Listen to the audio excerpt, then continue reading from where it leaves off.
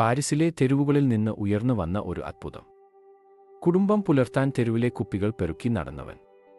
ഇന്ന് ലോകത്തിലെ ഏറ്റവും വലിയ ഫുട്ബോൾ താരങ്ങളിലൊരാൾ. ചെറുതാണ് എന്ന കാരണത്താൽ ക്ലബ്ബുകൾ അവനെ നിരസിച്ചു. പക്ഷേ അവൻ ഒരിക്കലും തളർന്നില്ല. ആ കണ്ണുകളിൽ ഒറ്റ ലക്ഷ്യം: വിജയിക്കണം. പന്ത് വിടരുത്, പ്രതീക്ഷ വിടരുത്, അതായിരുന്നു അവന്റെ ജീവിതമന്ത്രം. അവൻ കളത്തിലേക്ക് ഇറങ്ങുമ്പോൾ ആ ഹൃദയം മുഴുവൻ കളിയായിരുന്നു. വിനയത്തോടെ വാനോളം ഉയരുന്ന പ്രകടനം. ലെസ്റ്റർ സിറ്റിയെ പ്രീമിയർ ലീഗ് കിരീടം നേടുന്നതിൽ നിർണായക പങ്കുവഹിച്ചു. ഫ്രാൻസിന് ലോകകപ്പ് സമ്മാനിച്ചു. ചെൽസിക്ക് ചാമ്പ്യൻസ് ലീഗ്. ഇത് കാൻഡയുടെ വിജയഗാഥയാണ്.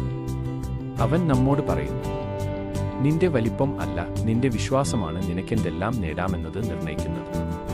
നിന്റെ ശബ്ദം ചെറുതായിരിക്കാം, പക്ഷേ നിന്റെ പ്രവൃത്തികൾ എപ്പോഴും ഉയർന്നിരിക്കട്ടെ.